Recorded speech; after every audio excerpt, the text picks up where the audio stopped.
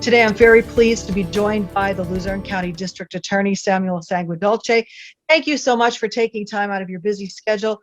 I know there's a lot on your plate taking over the office recently, but one of the items was Luzerne County Council asking you to look into the May 18th primary election to see if there was any kind of criminal problems with that, since the Democratic header was put on the Republican ticket when people went to vote.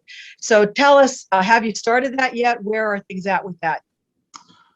We have started it. As you probably know, we had an election fraud task force in place from the last election, which was created by District Attorney Stephanie Salavantis, my predecessor.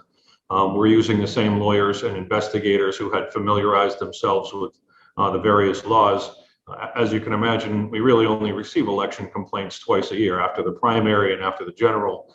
So it isn't something that's fresh in everybody's mind all the time.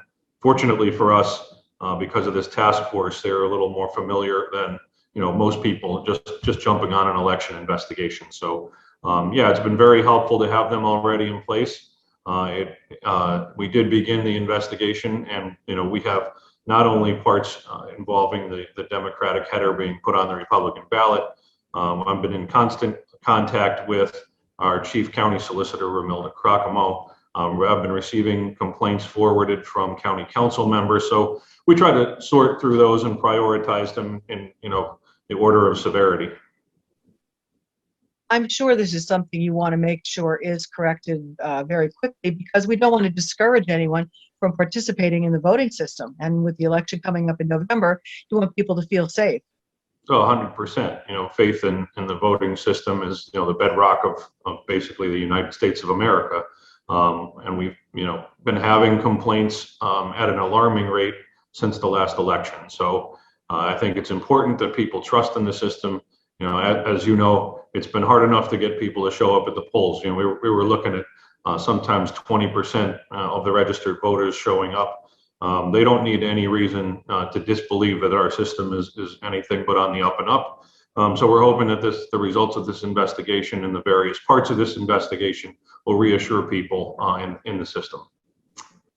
Good to know. So we'll talk with you once that is all finished up to find out what the results were of that. But while I have you today, I also want to talk about, it used to be, we only heard about scams during the summer. Seems now it's a year-round thing, 24/7. And the latest one involved using names of county officials on a phone scam and trying to get money out of people. So tell us a little bit about that. How do people avoid being taken advantage of?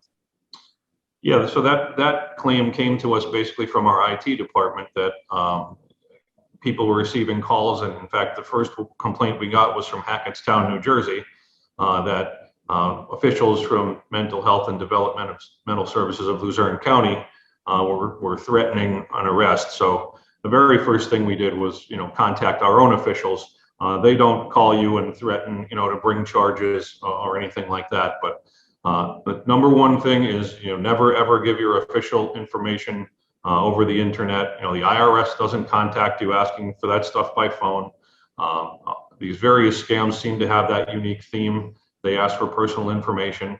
You also have to be very careful about the links that you click. I've seen emails that have exactly the Walmart logo or Amazon.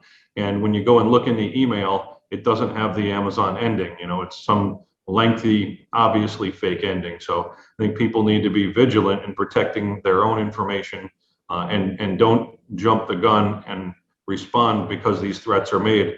Call back to the official county line or whatever government line it is and see what information you can get before just responding to any such emails. But a lot of people are afraid to say that if they did follow through on something and they did click on something or they did lose money out to someone, they're embarrassed. So, they can't be like that. They have to make sure that this doesn't happen again. Certainly, and especially if you're not tech savvy, as most of us, including me, are not. If you fail to report it, the damage that you could suffer over the long term. If somebody's gotten your social security number or, God forbid, your bank account, they could have you wiped out before we can put a stop to it. And I've heard many cases of people have been tricked into buying gift cards, give that information over their cell phones or over email, And, you know, all that money is gone. We can't recover it, and we can't even find where it went. It's very often gone right out of the country. So we have no jurisdiction to even chase it at that point. Today's news feature is brought to you by The Cheese Store and more. Go to their Facebook page to see their specials and check out their catering menu.